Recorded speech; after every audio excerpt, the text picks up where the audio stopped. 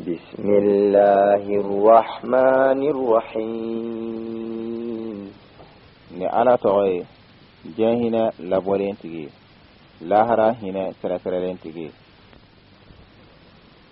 ni suratul inshiqaqi sangolo cili ko fo sura qur'ana sura bishegi ninanina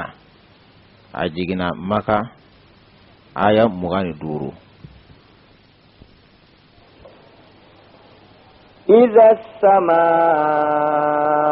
انشقت tuma minna sangolo na perena وأذنت لربها وحقت ay lamenike amaye ukaka وإذا الأرض مدت tuma minna dukolo na bamana ka fenfe وألقت ما فيها وتخلت aye kirunike fena femin ba kono ayangara yara kabwama وأذنت لربها وحقت ay lamenike atigiye ukaka يا أيها الإنسان إنك كادح إلى ربك كدحا فملاقيه. ya adama de kesiri baye kata imama kesiri la iya kumbe nyoya baye.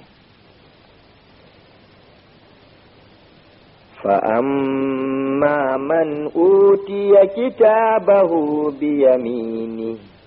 amma momi naka gafe dirama na kini boloye فسوف يحاسب حسابا يسيرا soni woti gila mawbina fese lila min kanno وينقلب إلى أهله مسرورا abesegi kata ka dimbayama ay niso jabaye. وأما من أوتي كتابه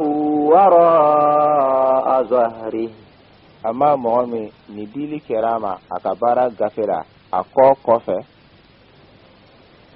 فسوف يدعو ثبورا soni abina wedelike ni halakiliye ويصلى سعيرا abejeni sa'irula إنه كان في أهله مسرورا alekun kera akadimbaya kono aniso yalen kulo kayada إنه ظن أن لن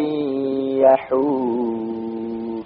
alekun ya bisigiyade kafo aletina sigi بلى إن ربه كان به بصيرا nyero amma kera yeli baye nayi فلا أقسم بالشفق ben kali safagu blena والليل وما وسق ben kali sula ana efemin kafo والقمر إذا اتسق ben kali kalola tuma minna na noro dafara لتركبن طبقا عن طبق fo awde kayele la halayaka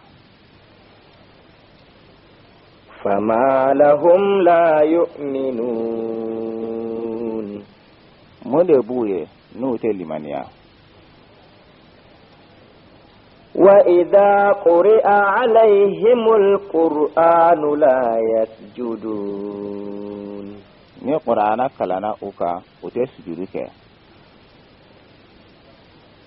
بل الذين كفروا يكذبون obla mamunu kafiriyara ube kaluntigari deke والله أعلم بما يوعون Allah ta'ala ale de dɔɔni tɛmɛnen bɛ nin fɛn ye u bɛ fɛn min kan fɔ u ka gafew la. فبشرهم بعذاب أليم.